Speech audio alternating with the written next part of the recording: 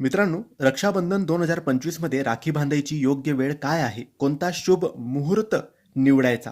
हा व्हिडिओ बघा, संपूर्ण माहिती तुम्हाला मिळणार आहे. मित्रांनो, यावर्षी रक्षाबंधन 8 तारखेला आहे, 8 ऑगस्टला आहे की 9 ऑगस्टला आहे, हा प्रश्न सगळ्यांच्या मनात आहे. कारण 8 ऑगस्टला नारळी पौर्णिमा दुपारी सुरू होते आहे आणि 9 ऑगस्टला दुपारी संपते आहे. मग लोकांच्या मनात प्रश्न निर्माण होतो की 8 तारखेलाच राखी बांधली तर की 9ला बांधायची? तर याबद्दल सविस्तर माहिती आपण आजच्या या व्हिडिओमध्ये घेऊन आलो आहे.